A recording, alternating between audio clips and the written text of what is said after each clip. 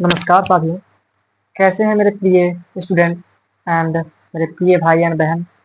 And हो सकता है कि मेरा वीडियो जो है ना स्टूडेंट के पास नहीं जाता होगा। ये वीडियो उन माँ बहनों के पास जाता होगा जो मेरे वीडियो को क्या करता हो, स्किप करता हो। तो मुझसे आवेदन है, मुझसे एक अनुरोध है कि मेरे वीडियो को कुछ टाइम तक देखें। अगर समझ ना आए तो मेरे वीडियो को स्किप करें, बट उस पर टैप जरूर करें। देखिए, आप जब तक मेरे व्यूज नहीं बढ़ाइएगा, जब तक मेरा व्यूज नहीं बढ़ेगा, तब तक मेरे पास वो क्षमता नहीं आएगा, वो जज्बा नहीं आएगा जो मैं किसी को दिखाऊं, मैं किसी को ये बताऊं कि मेरा चैनल ग्रो हो रहा है, मैं एक अच्छा टीचर बन गया हूं। ऐसा मेरे पास वो जज्बा नहीं आएगा। वो जज्बा तभी आएगा जब आप मुझे वो कॉन्फिडेंट दिलाइएगा। वो जज्बा आपसे ही आएगा मुझे, क्योंकि मेरा वीडियो जो है ना यूट्यूब को देख रहे हैं। मेरा जो भी यूट्यूब एआई है वो मेरे वीडियो को कर रहा है, वायरल कर रहा है। कहाँ कर नहीं कर रहा, वायरल कर रहा है, एक्सप्रेशन दिखाता है। बट वही है कि मेरा जो माता एंड बहन है वो मेरे वीडियो को अच्छा से वॉच नहीं कर पा रहा है, मेरे वीडियो को उस पर टच नहीं कर रहा है, जिसकी वजह से मेरा वीडियो उतना वायरल नहीं हो पा रहा। तो ये तो मेरा हुआ प्रमोशन। अभी जो हम जिस वजह से हम आए हैं इस वीडियो में, वो एक मुख्य वजह है, मैं पढ़ाने के लिए आया हूँ। देखिए, मेरा जो काम है मैं वो काम शुरुआत से करता आया हूँ और लास्ट तक करता जाऊंगा। ये मेरा धर्म है। लेकिन आपका कर्तव्य है कि मेरे वीडियो को कम से कम एक लाइक जरूर करें। ना ही लाइक कर पाए तो कम से कम वीडियो को शेयर जरूर करें। इतना तो आप कर ही सकते हैं। तो जो देखिए, आजकल का जो ट्रेंड है वो है एक एआई का। हम एआई की बात नहीं कर रहा हूँ। आज का जो ट्रेंड है ना, कोई भी ह्यूमन की अगर बात करें कि आप उसको बोलिएगा कि भैया मेरा एक काम कर दीजिए, तो पहले बोल देगा कि देखिए, मैं कोई भी काम मुफ्त उपकर नहीं करता।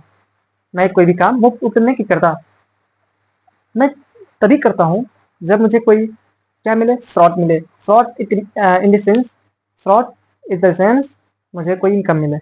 आजकल ऑटो वाले के पास भी जाइएगा, बोलेगा कि मेरा काम कुछ कर दीजिए या मुझे एक रास्ते से, मतलब यहाँ से थोड़ा आगे डिस्टेंस के लिए छोड़ दीजिए, तो पहले बोलेगा कि आप कितना दूर जाइएगा, या वो भी नहीं बोले तो इतना पैसे लगेगा। भले अमाउंट कितना भी बोले वो अलग बात है, लेकिन ट्रेंड के अकॉर्डिंग आप भी चूज कीजिए कि देखिए, मैं इतना अच्छा से मेहनत कर रहा हूँ तो मुझे भी जो चाहिए, मुझे जो नीड है, वो नीड तो आ भी है ना। मेरे वीडियो को वायरल कराने के लिए सबसे बड़ी नीड आप हैं। आप वो जज्बा मुझे दिला सकते हैं जिससे हम वीडियो को अच्छा से अच्छा क्या करें, मॉडिफाई भी करें, अच्छा सा फंक्शन उसमें दें, ताकि आपको कोई भी कठिनाई ना हो वीडियो को शो करने में, देखने में। लुकिंग ब्यूटीफुल बना देंगे वीडियो को। बट वही है कि आपका वो जज्बा मुझे चाहिए, जो मैं आपके वो व्यू से मैं कुछ ना कुछ क्या करूं, इस पे मर मिटूं। मर मिटूं मतलब ये नहीं है कि मैं मर जाऊं। मेरा मतलब ये है कि हम जब भी स्टडी करा रहे हैं वीडियो को, या कोई भी टॉपिक हम स्टडी करवाते हैं, तो वो टॉपिक इतना अच्छा से स्टडी करा दें जिससे वो तुम मतलब आप किसी दूसरे वीडियो पे आप जा ना सके, इतना अच्छा समझ करा देंगे। तो आज के लिए इतना ही हम बताएंगे, लेकिन चलते हैं अपने व्हाइट बोर्ड। व्हाइट बोर्ड है ना, राइट, व्हाइट बोर्ड। देखिए, आज हम आए हैं एक बहुत ही अच्छा टॉपिक लेकर। तो वैसे मैं बताऊं, मैं बायोलॉजी पढ़ाता हूँ। 11 12 नीट, बीएससी नर्सिंग, जितने भी एग्जाम्स हैं सभी के लिए बायोलॉजी में मैं पढ़ाता हूँ। और मैं अभी हाल ही फिलहाल में बीटेक मैथमेटिक्स का क्लास लॉन्च किया हूँ। तो उसमें भी आप बीटेक मैथमेटिक्स पढ़ सकते हैं। अभी फिलहाल डिफरेंशिएशन इंटीग्रेशन स्टार्ट है। तो आज हम बायोलॉजी का चैप्टर नंबर जो भी हो, वैसे तो सेकेंड ही है, ह्यूमन रिप्रोडक्शन चल रहा है, उसमें हम स्ट्रक्चर देखने वाले हैं। किसका स्ट्रक्चर? Sperm structure.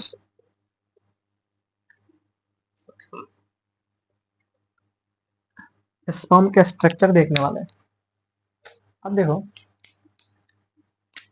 स्ट्रक्चर की जब आप बात कीजिएगा तो संरचना संरचना, देखिए बहुत सारे स्ट्रक्चर हमने अभी तक देख लिया। कैसे किसका किसका देखा? फर्स्ट मैंने टेस्टिस का देखा, जो कि अच्छा से मैंने एक्सप्लोर कर दिया, एक्सपेंड कर दिया।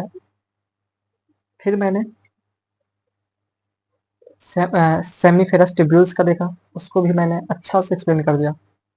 स्ट्रक्चर इतना अच्छा से मैं बता दिया कि आप बस एक बार बुक को उल्टाइए, पूरा नॉलेज आपके पास आ जाएगा। इतना अच्छा से मैंने उसको एक्सप्लेन कर दिया। तो जब हमने सेमिफेरस ट्यूब्यूल्स के बारे में पढ़ाया, तो उसी में मैंने बताया कि स्पर्म का जो फॉर्मेशन है वो सेमिफेरस ट्यूब्यूल्स में ही होता है। सेमिफेरस ट्यूब्यूल्स में स्पर्म का फॉर्मेशन होता है। फिर वहां से जब स्पर्म जब बनेगा तो फीमेल तक जाएगा, फीमेल के वेजाना तक जाएगा। हम कह रहे हैं फीमेल को एम्पुला तक जाता है। एम्पुला में ही क्या होता है, फर्टिलाइजेशन होता है। तो स्पर्म को क्या चाहिए, ट्रांसफर होने की स्पीड चाहिए। वो स्पीड कौन देता है, फ्रुक्टोज देता है। दे दिया फ्रुक्टोज। अब वो फ्रुक्टोज क्या करेगा, उस स्पर्म को ट्रांसफर करने की वो मीडियम देगी और वो डायरेक्शन देगा। तो डायरेक्शन दे दिया, कैसे आया डायरेक्शन, सबसे पहले स्पर्म वहां से ट्रांसफर होगा, सेमीफेरस ट्यूब्यूल से वहां से निकलेगा तो सबसे पहले एपीडी डायमेंशन में जाएगा। व्हाट, नो, सबसे पहले रेटे टेस्टिस में जाएगा। रेटे टेस्टिस से निकलने के बाद वो जाएगा एपीडी डायमेंशन में। फिर एपीडी डायमेंशन में निकलने के बाद वो जाएगा वॉस डिफरेंशिया में। वॉस डिफरेंशिया में, फिर वॉस डिफरेंशिया से निकलने के बाद वॉस डिफरेंस में, फिर वॉस डिफरेंस से निकलने के बाद ejaculatory duct, and third is one prostate, and last जाता है आपका पेनिस। पेनिस क्या है, मेल ऑर्गन का सबसे लास्ट पोर्शन है जहाँ से स्पर्म ट्रांसफर होकर डायरेक्ट फीमेल के एम्पुला में जाता है, वहां पे फर्टिलाइज होता है। तो आज इतना अच्छा चीज कॉन्सेप्ट, इतना की पॉइंट आज पढ़ाएंगे, इतना अच्छा कॉन्सेप्ट दिखाएंगे कि आप समझ लीजिएगा। हम स्ट्रक्चर देख रहे हैं किसका, स्पर्म का स्ट्रक्चर देख रहे हैं। तो सबसे पहली बात, स्पर्म के क्या होगा, पहले हेड पार्ट होंगे। तो ये मान लो स्पर्म का क्या है, हेड है। क्या है, स्पर्म का हेड है। मिडिल पार्ट होंगे, तो मान लो ये स्पर्म का मिडिल पार्ट है।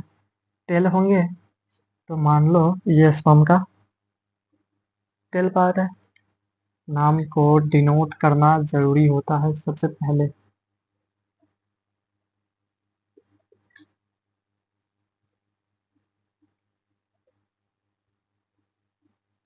हाँ, तो यहाँ से यहाँ तक क्या है, हेड है। हम्म, यहाँ से यहाँ मिडिल पार्ट है, मिडल पार्ट। फिर यहाँ से यहाँ तक टेल का ये लास्ट पोर्शन है। ये यहाँ से यहाँ तक टेल है टेल। देखो, ये जो हेड है, स्पर्म का क्या है, हेड है। तो स्पर्म के स्ट्रक्चर में ये जो अपर पार्ट देख रहे हैं, हेड, हेड को नाम दिया जाता है एक्रोजोम। मतलब हेड पार्ट में ऐसे ऐसे एक अपर पार्ट है, हेड का अपर पार्ट है। हेड के अपर पार्ट में ऐसे ऐसे पूरा जालीदार संरचना होता है, जालीदार होता है, जिसको हम क्या बोलते हैं, एक्रोजोम बोलते हैं। एक्रोजोम, ये एक्रोजोम क्या है, ये एक्रोजोम कब ये एक्रोजोम का यूज तब आता है जब कोई स्पर्म फीमेल के एम्पोला में जाता है, ओवम से फर्टिलाइज करता है। और ओवम ओवम में दो लेयर होते हैं, एक कोरोना रेडिएटा और एक जोना पेलोसिडा। जोना पेलोसिडा को भेद करने वाला यही है, कट करने वाला यही एंजाइम है। एक तरह से ये एक्रोजोम एंजाइम है, इसमें एंजाइम होता है। ठीक, इसके ऊपर एक प्रोक्सिमल सेंट्रोल होता है और एक नीचे होता है सेंट्रल, जिसको डिस्टल सेंट्रल बोलता है। ये हो गया प्रोक्सिमल सेंट्रोल, प्रोक्सी प्रोक्सिमल सेंट्रोल, और ये है डिस्टल सेंट्रोल। हो गया डिस्टल सेंट्रल। और ये proximal central and distal central जो है, डिस्टल सेंट्रल दोनों 90 डिग्री के एंगल पर होंगे। यानी ये जो इसका एंगल की बात करें तो कितना होगा, 90 डिग्री, यानी हम यहाँ पे चलिए नोट में हम लिखते जाएंगे कैसे कैसे क्या होता है। ये 90 डिग्री के एंगल में होते हैं proximal central and distal central. अब ये डिस्टल सेंट्रल के नीचे एक ऐसे क्या होते हैं, ऐसे एक फिलामेंट होता है जिसका नाम है एक्सियल फिलामेंट। इट मीन्स इस फिलामेंट का क्या नाम है, एक्सियल फिलामेंट। एक्सियल फिलामेंट, ये मिडिल पार्ट इतना तक ही होता है, सॉरी मिडिल पार्ट थोड़ा लंबा दिए हैं तो इसको लंबा खींचना है। ये यहाँ तक दिया है तो ये मान लो मिडिल पार्ट इतना है। अब ये जो डिस्टल सेंट्रल के नीचे एक फिलामेंट दिए हैं, इस फिलामेंट का नाम है एक्सियल फिलामेंट। अब इस एक्सियल फिलामेंट पे कुछ कुछ ऐसे स्ट्रक्चर होते हैं डीएनए के जैसे, ऐसे स्ट्रक्चर प्रेजेंट होता है। ऐसे समझिए कि ये माइटोकॉन्ड्रिया का अरेंजमेंट है, यानी ये जो आप देख रहे हैं अरेंजमेंट, ये क्या है, माइटोकॉन्ड्रिया है। ये माइटोकॉन्ड्रिया का अरेंजमेंट है फिलामेंट पे। तो ये क्या है, माइटोकॉन्ड्रिया। माइटोकॉन्ड्रिया माइटोकॉन्ड्रिया है जो कि फिलामेंट पे, किस कौन से फिलामेंट, एक्सियल फिलामेंट पे क्या है, अरेंज है। अब अब ये जो अरेंजमेंट है फिलामेंट पे, माइटोकॉन्ड्रिया का जो अरेंजमेंट है फिलामेंट पे ये जो फिलामेंट है इस पर माइटोकॉन्ड्रिया का अरेंजमेंट क्या कहलाता है, ये कहलाता है नेवेन कर्व। नेवेन कर्व यानी एक्सियल फिलामेंट पे माइटोकॉन्ड्रिया का अरेंजमेंट नेवेन कर्व कहलाता है।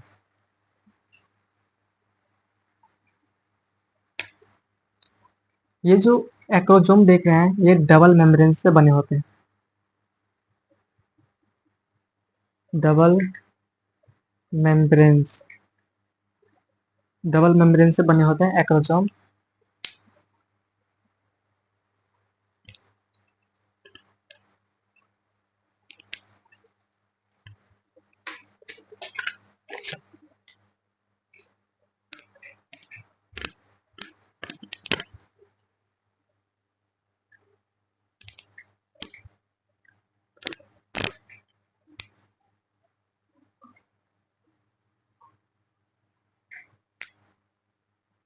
हाँ, तो यहाँ देखिए ये जो आप स्पर्म का स्ट्रक्चर देख रहे हैं, इस स्पर्म के स्ट्रक्चर में मिडिल पार्ट को देखिए ध्यान से। ये जो मिडिल पार्ट है ये थोड़ा सा थिकनेस होता है, मिडिल पार्ट जो होता है स्पर्म का वो थिकनेस होता है, ठीक। ये क्या है, थिकनेस है, थोड़ा सा थिकनेस होता है with compare to other part, ये थिकनेस होता है। और इसको हम क्या बोलेंगे, सेल वॉल बोलेंगे। थिकनेस है, सेल वॉल बोलेंगे इसको, सेल वॉल है। अब बात, क्वेश्चन ये पूछता है कि कि middle cell wall of middle cell wall of middle part of a sperm, cell wall of middle part of a sperm is made up of, मतलब कह रहा है कि स्पर्म की जो मिडिल पार्ट है इसके सेल वॉल किसके बने होते हैं, तो मेड बाय, किसके बने होते हैं, किसके बने होते हैं, मेन चेट के। तो यानी स्पर्म का जो मिडिल लेयर है, मिडिल पार्ट है, उसका सेल वॉल किसके बने होते हैं, मेन चेट के, मेन चेट। और ये वेरी वेरी इंपॉर्टेंट है, यहाँ पर ये भी वीडियो है, ये भी मतलब छोड़ो, वीडियो इसमें कुछ नहीं है, ये टॉपिक ही वीडियो है। तो एक बार फिर से डिस्कस कर देता हूँ। मैंने सबसे पहले यहाँ पे की पॉइंट दिया हूँ, स्पर्म स्ट्रक्चर। यहाँ पे हम ये भी देख सकते थे स्ट्रक्चर ऑफ स्पर्म, यहाँ हम ऐसे भी लिख सकते हैं एक्सप्लेन स्ट्रक्चर ऑफ स्पर्म, ऐसे भी लिख सकते हैं, लिखने की बहुत वेरियस टाइप्स है ना। बट हम जो बता रहे हैं, हम जो समझा रहे हैं वो समझिए, वो की पॉइंट है। जैसे कि हम ये स्पर्म का स्ट्रक्चर बना है, स्पर्म के स्ट्रक्चर में 3 लेयर है, 3 पार्ट्स हैं। फर्स्ट मिडिल पार्ट्स हैं, second sorry first head parts हैं, सेकंड मिडिल पार्ट्स हैं, थर्ड टेल पार्ट्स हैं। मिडिल पार्ट इतना पार्ट, ये पूरा पार्ट मिडिल है।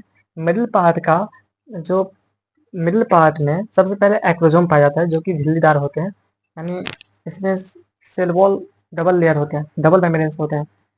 तो सबसे पहले पहले एक्रोजोम होता है, ये एक्रोजोम है। ये एक्रोजोम का वर्क ये है कि जब ये स्पर्म फीमेल के एम्पोला रीजन में जाता है, फर्टिलाइज होता है ओवम से, तो ओवम के जॉना पेलिसोडा को कट करता है। कौन? एक्रोजोम। इसका ये वर्क है। तो स्पर्म के सबसे पहले क्या होता है? स्पर्म के हेड पे अपर पार्ट में सबसे पहले होता है एक्रोजोम, उसके ठीक नीचे होता है प्रॉक्सिमल सेंट्रल, फिर उसके नीचे मिडिल पार्ट में आ जाता है जो कि है डिस्टल सेंट्रल। अब ये proximal central and distal central दोनों आपस में परपेंडिकुलर होते हैं, इट मीन्स 90 डिग्री का एंगल बनाता है। अब ये डिस्टल सेंट्रल पर माइटोकॉन्ड्रिया का अरेंजमेंट होता है, ऐसे माइटोकॉन्ड्रिया का अरेंजमेंट होता है जिसको हम कहते हैं नेवेन कर्म। नेवेन कर्म। अब ये जो फिलामेंट देख रहे हैं, इस फिलामेंट को डिस्टल सेंट्रल के नीचे जो फिलामेंट गया है, इस फिलामेंट को बोलता है एक्सियल फिलामेंट। अब ये जो सेल वॉल देख रहे हैं, स्पर्म का जो सेल वॉल है, ये थिकनेस होते हैं, थोड़े से मोटे होते हैं, जिसको जिसको हम सेल वॉल बोलते हैं, और ये बने होते हैं मेनचेट के।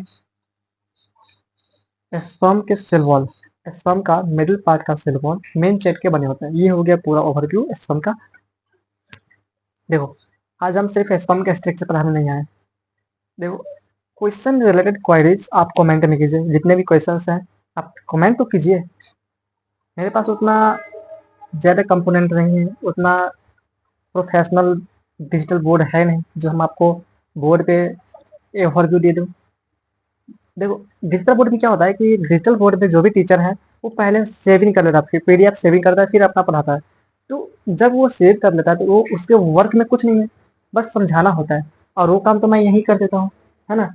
बट हाँ, डिजिटल बोर्ड एक प्रोफेशनल बोर्ड है, जितना भी क्वायरी है बहुत अच्छा से सॉल्व हो जाता है, ठीक। बट यहाँ पे थोड़ा सा नॉर्मली है, हम जितना अच्छा समझा पाएंगे वो उतना गेन कीजिएगा। ये हो गया आपका स्पर्म स्ट्रक्चर। आप हम जो दिखाने वाले हैं, देखो, अब मेल रिप्रोडक्टिव ऑर्गन इंड हो गया, मेल रिप्रोडक्टिव ऑर्गन इंड हो गया, ये मेल रिप्रोडक्टिव ऑर्गन यहाँ से इंड है।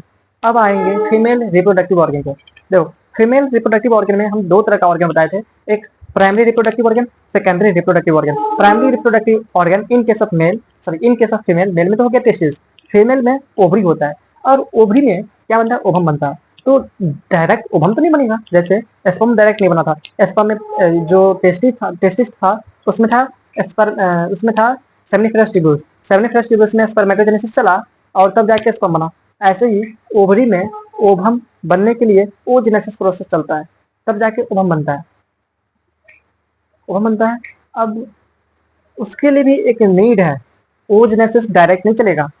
जैसे कि फीमेल में, सॉरी, जैसे कि मेल में बात करूँ, तो मेल में स्पर्मेटोजेनेसिस जो है वो प्यूबर्टी में चलना स्टार्ट हो जाता है, मेल की बात कर रहा हूँ। बट बट फीमेल में बात करूँ, ओजेनेसिस फीमेल केस में जब जब वो फीमेल अपने माँ के गर्भ में रहती है, उसी टाइम से ओजेनेसिस का प्रोसेस स्टार्ट हो जाता है with the help of parent, ठीक।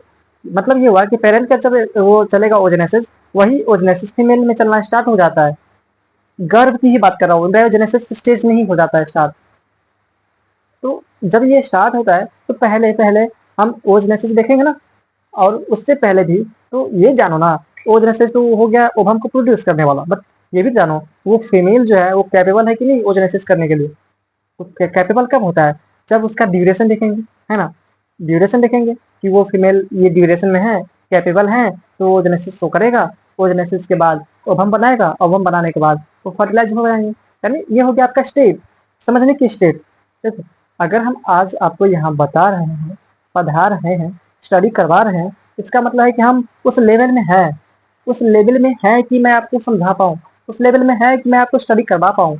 तो इसलिए मैं कह रहा हूँ कि थोड़ा सा स्टैंडर्ड कीजिए, स्टैंडर्ड कीजिए, अपने आप को खुद सोचे कि मैं एजुकेशनल हूँ, एजुकेशनल हूँ, तो ही जाके आप कुछ भी स्टडी कर पाइएगा अच्छा से। जैसे कि मैंने सोचने का तरीका बताया ना कि ऐसे सोचो, तो जाके आप अच्छा से कर पाओगे। तो सबसे पहले आप फीमेल की ड्यूरेशन जानिए कि वो फीमेल कैपेबल है कि नहीं, वो फीमेल कैपेबल है कि नहीं ओजेनेसिस शो करने के लिए, ओजेनेसिस करने के लिए।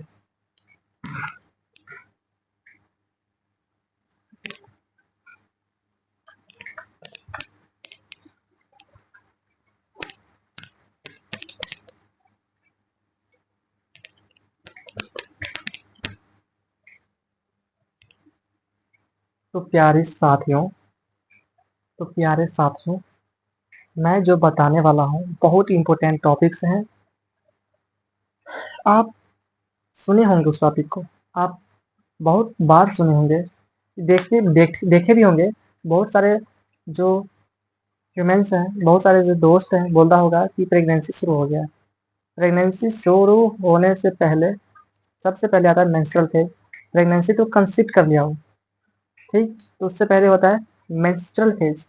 यानी ड्यूरेशन देखने के लिए हम मेंस्ट्रुअल फेज को पढ़ते हैं। ड्यूरेशन उसी में बताया जाता है, मेंस्ट्रुअल फेज के बारे में। तो सबसे पहले हम स्टार्ट करते हैं मेंस्ट्रुअल फेज। मेंस्ट्रुअल फेज देखो, लिखा जाता है मेंस्ट्रुअल और पढ़ा जाता है मेंस्ट्रुअल। चलिए स्टार्ट करते हैं। मेंस्ट्रुअल मेंस्ट्रुअल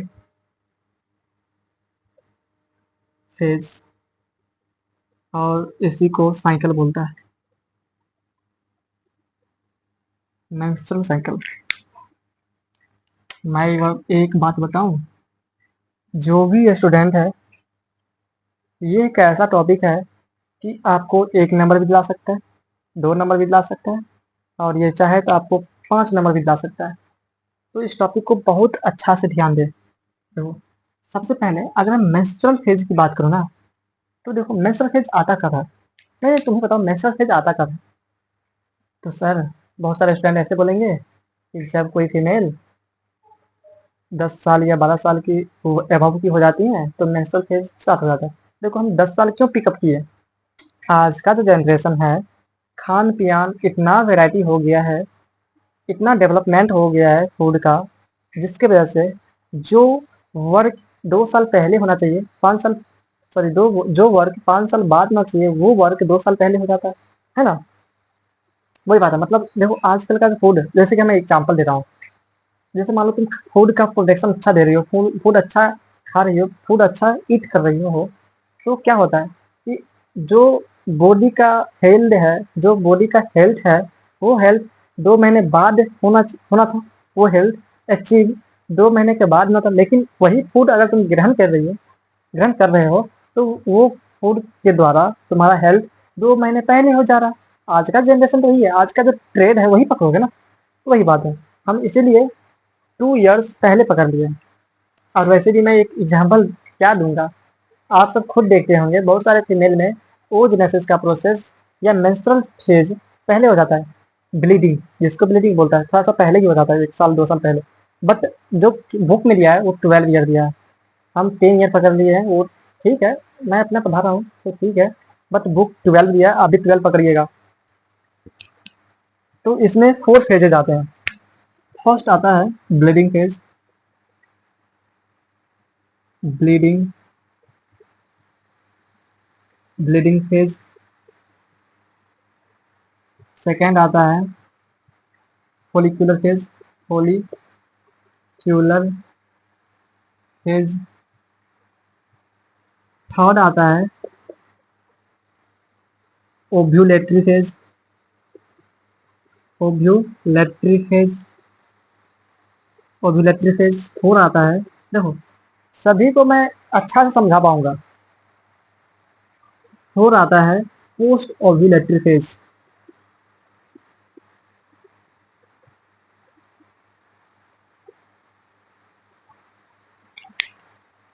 ड्यूरेशन बता ही देता हूँ। ब्लीडिंग फेज जो है ना फीमेल में 1 to 5 डे का होता है। जब कोई फीमेल 12 ईयर की हो जाती है, after after 12 year of women,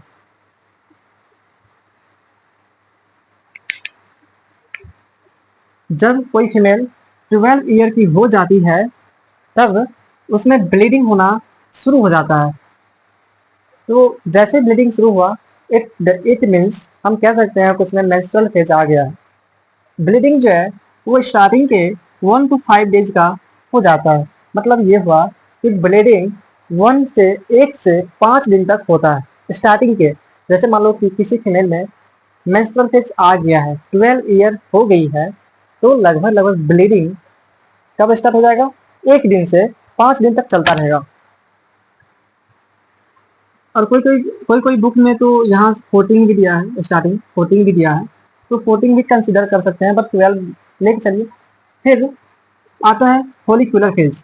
follicular phase जो है ना, इसमें फोलिकल बनते हैं, जैसे कि ये मान लो ओवरी है, ओवरी में डायरेक्ट ओवम तो नहीं बन जाएगा ना, कुछ तो प्रोसेस होगा जिसको हम ओजेनेसिस बोलते हैं, ओजेनेसिस। तो ओजेनेसिस के द्वारा क्या बनता है, ओवम बनता है ना। ओवम तो इसी से प्रोड्यूस होता है। ओजेनेसिस प्रोसेस चलेगा इस ओवरी में, तब जाके ओवम बनेगा।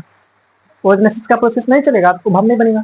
तो इसके लिए डायरेक्ट ओवम नहीं बनेगा। अगर ओजेनेसिस इस ओवरी में भी चल रहा है ना, तो ओवम डायरेक्ट नहीं प्रोड्यूस होगा। उसके लिए सबसे पहले प्राइमरी ओसाइट बनेगा, फिर ये कन्वर्ट हो जाएगा सेकेंडरी ओसाइट, फिर ये प्राइमरी हो गया, ये सेकेंडरी होगा, फिर ये प्राइमरी कन्वर्ट हो जाएगा टर्सरी में, और ये टर्सरी जो है ना ग्राफियन फोलिकल में कन्वर्ट हो जाएगा। ग्राफियन अभी हम पूरा बताएंगे, टेंशन मत लीजिए, अभी हम हैं, अभी तो हम ओवरव्यू दे रहे हैं, इतना अच्छा से बता देंगे कि आपको याद हो जाएगा। ये हो जाए कन्वर्ट हो जाता है ग्राफियन फोलिकल में। ये प्रोसेस चलता रहता है। अब ये ग्राफियन फोलिकल जो है ना, इसको मैच्योर क्या कहते हैं, मैच्योर, मैच्योर क्या बोलेंगे, मैच्योर फोलिकल बोलेंगे। मैच्योर फोलिकल, ये फोलिकल जो ग्राफियन फोलिकल मैच्योर हो गया। अब यहाँ से यहाँ पे सेकेंडरी ओसाइट आ गया है। सेकेंडरी जैसे ही ग्राफियन फोलिकल रिपअप होंगे, फटेंगे, तो यहाँ से सेकेंडरी ओसाइट निकलेंगे, ओसाइट निकलेंगे, और वो कहाँ जाएंगे, फेलोपियन ट्यूब में, एम्पुला में। फेलोपियन ट्यूब कितनी, एम्पुला में जाएंगे, और वहाँ स्पर्म से फर्टिलाइज होंगे। तो यहाँ तक ठीक है। यहाँ ये क्या है, ग्राफियन फोलिकल। ठीक, इसका मतलब ये हुआ कि फोलिकुलर फेज में क्या होंगे, ये ग्राफिक, ये जो फोलिकल है ये बनेंगे, फिर डी एंड होंगे, फिर बनेंगे, फिर डिस्ट्रॉय होंगे, फिर डिजेनरेट हो जाएंगे। ठीक ना, ऐसे करके प्रोसेस चलता रहेगा। ये प्रोसेस कब तक चलेगा, जब तक स्पर्म जो है ओवम के संपर्क में ना आए, ओवम से फर्टिलाइज ना करे, तब तक ये प्रोसेस चलेगा। और जैसे ही स्पर्म ओवम से फर्टिलाइज हो जाएंगे, तो वो ग्राफियन फोलिकल कन्वर्ट हो जाएगा इसमें, कार्पस कार्पियस लुटियम में, कार्पस लुटियम में। अच्छा, वो सब प्रोसेस चलता रहेगा, बताते रहेंगे हम। तो आता है कौन, फोलिकुलर फेज। ये फेज जो है 6 to 13 डेज तक चलता है। फोलिकुलर फेज, जिसमें फोलिकल बनते हैं, जो फोलिकल मैंने बताया वो सारे फोलिकल बनते हैं। कितना दिन तक चलता है, 7 डेज तक चलता है, यानी 6 से 13 डेज। फिर आता है ओव्यूलेटरी फेज। ये फेज एक ऐसा फेज है जहाँ पे हम जो बोले ना ग्राफियन फोलिकल बनता है, तो ग्राफियन फोलिकल क्या होते हैं, रिप अप होते हैं, फूटते हैं, फटते हैं, तब जाके वहां से सेकेंडरी ओसेट निकलते हैं। तो फटने के लिए एक हार्मोन आता है, उस हार्मोन को बोलते हैं एलएच हार्मोन। मतलब देखो, एलएच नाम हार्मोन का नहीं है, एलएच टेस्टोस्टेरोन है ना। तो एलएच हार्मोन आता है और उस ग्राफियन फोलिकल को रिप अप कर देता है। कब कब होता है ये, तो 14 डेज, 14 डेज में क्या होता है, रिप अप हो जाता है ग्राफियन फोलिकल, तो सेकेंडरी ओसाइट निकलेगा। और होता है पोस्ट ओव्यूलेटरी फेज। ये post ovulatory phase 15 to 28 days का होता है। और कब होगा, क्या होगा, जैसे मैं बता देता हूँ। जैसे कि मान लो ये ग्राफियन फोलिकल था, मैं बता रहा हूँ, ये ग्राफियन फोलिकल था, इसमें सेकेंडरी ओसाइट है ना, इसको एलएच आया, एलएच हार्मोन आया, इसको रिप अप कर दिया, दैट इज कट कर दिया, फाड़ दिया। तो ये जो सेकेंडरी ओसाइट था, ये जो सेकेंडरी ओसाइट था, इसको, इसके फटने से यहाँ से सेकेंडरी ओसाइट निकल जाएगा। ये सेकेंडरी ओसाइट आ गया, सेकेंडरी ओसाइट आ गया। अब ये सेकेंडरी ओसाइट, ये क्या है,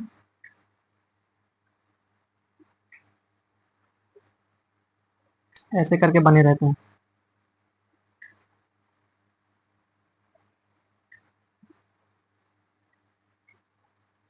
ठीक, अब ये सेकेंडरी ओसाइट यहाँ से आएगा, पहले वेजाइना में जाएगा, वेजाइना से निकलने के बाद डायरेक्ट यहाँ आ जाएगा, ये फूला हुआ संरचना जिसको बोलता है एम्पुला, और इसी को बोलता है फेलोपियन ट्यूब, एम्पुला में आएगा। अब ये सेकेंडरी ओसाइट फेलोपियन ट्यूब, देखो ऐसे कैसे बताएंगे, ये ओवरी है, इस ओवरी से सेकेंडरी ओसाइट निकलेगा, ये यहाँ आएगा। ठीक, और ये भी सेकेंडरी ओसाइट मैंने दिखा दिया, चलो ठीक ही है एक तरह से। हम यहाँ से नहीं भी दिखाएंगे तो चलेगा, क्योंकि हमने सेकेंडरी ओसाइट निकाल दिया। एक्चुअल में सेकेंडरी ओसाइट यहाँ से निकलता है ना, यहीं से। मैं प्रोसेस बताता रहा हूँ, कोई दिक्कत नहीं है। फिर यहाँ आएगा, फिर स्पर्म जो वहाँ बना था, पेनिस से वहां से ट्रांसफर होके, फिर वो पेनिस से निकल के वेजाइना में जाएगा, और यहाँ पे आएगा स्पर्म, फिर इससे फर्टिलाइज करेगा। फर्टिलाइज करेगा तो देखो, अब ये ग्राफियन फोलिकल है ना, ये जैसे ही फर्टिलाइज हो गया, तो ये क्या बना देगा, भ्रूण बना देगा, जायगोट बना देगा। जायकोट कन्वर्ट हो जाएगा एम्ब्रायो में, एम्ब्रायो में कन्वर्ट हो गया। अब जैसे ये एम्ब्रायो बन गया, अब ये क्या करेगा, ये जो ग्राफिन फॉलिकल था ये कन्वर्ट हो जाएगा किसमें, प्रोपल, थोड़ा सा फटा ही रहेगा प्रोपल, और इसका नाम हो जाएगा corpus luteum, corpus luteum, corpus luteum में कन्वर्ट हो गया। अब इस कार्पस ल्यूटियम का एक वर्क है, क्या वर्क है, ये जो एम्ब्रायो बना है ना, ये जो हॉर्न बना है, इस एम्ब्रायो को प्रोटेक्ट करना, प्रोटेक्ट कब हुआ, अच्छा एक बात, एक वर्क और है इसका कि एलएच तब तक एलएच जो है ना, ये कार्पस ल्यूटियम ये प्रोजेस्टेरोन हार्मोन का सिक्रेशन करता है, जिससे ये जो घूर्णन बना है इसको डिस्ट्रॉय नहीं होने देता है। देखो यहाँ पे 3 लेयर होते हैं, एक इंडोडर्म, मेसोडर्म और एक्टोडर्म। तो मेसोडर्म में क्या होता है, इसका इम्प्लांटेशन होता है एम्ब्रायो का, तो इसको यहाँ पे रोकने के लिए ये कार्पस ल्यूटियम हार्मोन देता है प्रोजेस्टेरोन, जिसको ये रोकता है, यानी हम कह सकते हैं एंटी ओवर्सन हार्मोन है, कौन, प्रोजेस्टेरोन। और कहाँ से निकलता है, कार्पस ल्यूटियम से। अगर मान लो कि फर्टिलाइज नहीं होता यहाँ पर, ओवम स्पर्म फर्टिलाइज नहीं होता, तो ये कार्पस ल्यूटियम जो है वो फिर से कन्वर्ट हो जाता है कार्पस एल्बिकेंस में, और वो ब्लड के द्वारा यूट्रस से निकल जाता है, वेजाइना के द्वारा। अब ये जो ओवम एम्ब्रायो बन गया है, एम्ब्रायो बन गया है, तो वो एम्ब्रायो को डेवलपमेंट होना, मोरुला स्टेज होना, ब्लास्टूला स्टेज होना, फिर गैस्ट्रूला स्टेज होना। देखो चलो भोर की बात किया हूँ एम्ब्रायो की, तो एम्ब्रायो के 3 स्टेज आते हैं।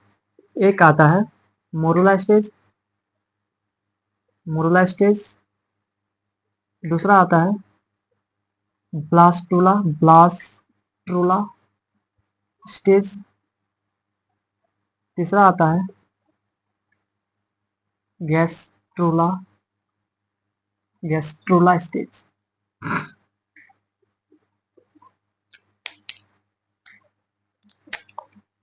मोरुला स्टेज जो है ये एकदम सॉलिड होगा, इसका कोई दिक्कत ही नहीं है, ये एकदम सॉलिड होगा। फिर ये कन्वर्ट हो जाएगा ब्लास्टूला स्टेज में, जैसे कि मान लो कि सॉलिड था, ये ऐसे कन्वर्ट हो जाएंगे और इसके ऊपर एम्ब्रायो आ जाएंगे, और इस एम्ब्रायो, ये जो द्रव पदार्थ इसमें रहता है इसको बोलता है ब्लास्टोसील, ब्लास्टोसील। बारी बारी से बताएंगे। फिर आता है गैस्ट्रोला, गैस्ट्रोला एकदम अच्छा एम्ब्रायो है, इसमें ही, इसी में क्या बनता है, चाइल्ड बनता है, यही गैस्ट्रोला प्रोड्यूस करता है चाइल्ड को, इसमें एम्ब्रायो शेप होता है। तो ये हो गया स्टेज ऑफ एम्ब्रायो। तो ये हो गया आपका पूरा मेंस्ट्रुअल साइकिल का फेज। फर्स्ट ब्लीडिंग फेज जो कि 1 से 5 दिन का होता है फीमेल में, फिर आता है फोलिकुलर फेज जो कि 6 से 13 डेज का होता है फीमेल में, सारे फीमेल नहीं होगा। थर्ड आता है ओव्यूलेटरी फेज जो कि 14 डेज का होता है, और इस ओव्यूलेटरी फेज में एलएच हार्मोन जो है, एल सॉरी ऐसे लिख देते हैं पूरे, देखो, high amount of high amount of L H hormones, और हार्मोन का क्या नाम है, टेस्टोस्टेरोन, टेस्टोस्टेरोन, जो कि आप पढ़ चुके हैं, मैं बता दिया हूँ, बहुत ज्यादा बता दिया हूँ उसके बारे में। तो एलएच हार्मोन क्या है, टेस्टोस्टेरोन है, और ये टेस्टोस्टेरोन क्या करता है, ओव्यूलेटरी करता है, यानी मतलब ऐसे समझो ओव्यूलेशन कर देता है। तो ये हुआ पूरा मेंस्ट्रुअल साइकिल का फेज। आशा करता हूँ कि मेरा वीडियो को बहुत ही ध्यानपूर्वक देखे होंगे, बहुत ही आपको अच्छा लगा होगा। अच्छा नहीं लगा तो डिसलाइक भी करना, लेकिन करना जरूर, कुछ तो करो, या लाइक कर दो या डिसलाइक कर दो, सब्सक्राइब लेकिन कर दो, क्या करें, थोड़ा मोड़ा तो मुझे ही फायदा चाहिए ना आपसे। देखिए इतना मेहनत किए हैं, 1 घंटे से खड़ा हुआ हूँ, इतना अच्छा से बताया हूँ, प्लीज यार आपका भी कुछ हक है, मुझे दीजिए, क्या दीजिए, लाइक दीजिए। तो साथियों, मैं अपने वाणी को आज यहीं तक विराम करता हूँ, मैं अपने स्टडी को यहाँ स्टॉप करता हूँ, और मिलते हैं अपने नेक्स्ट वीडियो में। तब तक के लिए सी यू नेक्स्ट वीडियो। ये आदत हो गया, देखो क्या बताऊँ, थोड़ा सा मैं भी कभी स्टूडेंट था, जिस टाइम मैं भी कहीं पढ़ता था, सीखता था। अब कभी की बात नहीं कर रहा हूँ मैं, अभी की बात कर रहा हूँ। मेरे पास स्मार्टफ़ोन है, उस स्मार्टफ़ोन से अगर मान लीजिए मुझे कोई टॉपिक नहीं आ रहा है, तो गूगल पे सर्च करता हूँ, फिर कुछ वहाँ से नोट लेता हूँ।